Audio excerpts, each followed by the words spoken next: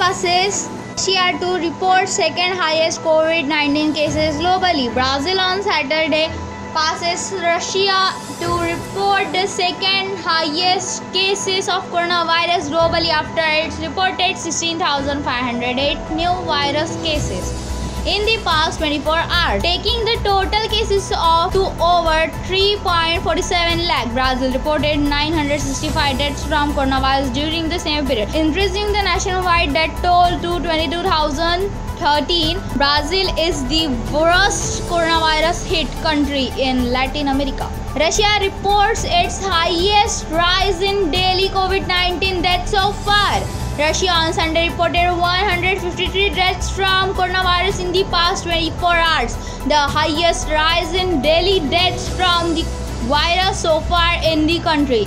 Its coronavirus crisis response center said the nationwide death toll from coronavirus rose to 3,541 in Russia. The country reported 8,599 new cases of coronavirus during the same period. 84-year-old alligator who survived WW bombing dies in Russian zoo. An 84-year-old alligator Saturn who survived the bombing of Berlin in Germany during World War II died in a Russian zoo on Friday. Officials said soon after his birth in the US, Saturn arrived in Berlin in 1936 but escaped the zoo in 1943 after it was bombed.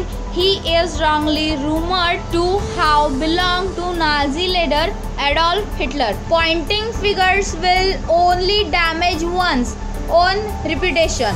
China's foreign minister.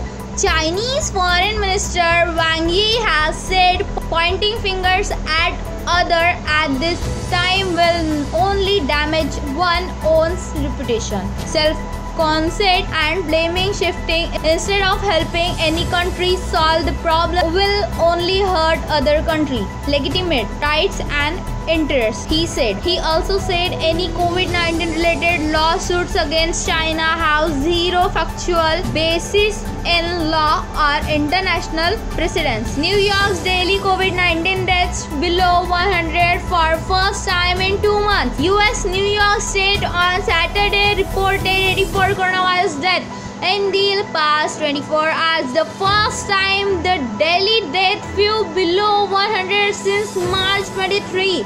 State Governor Andrew Cuomo claimed, "The news is good news. In my head, I was always looking to get under 100. Cuomo said, "It's just a sign we are making real progress," Cuomo added.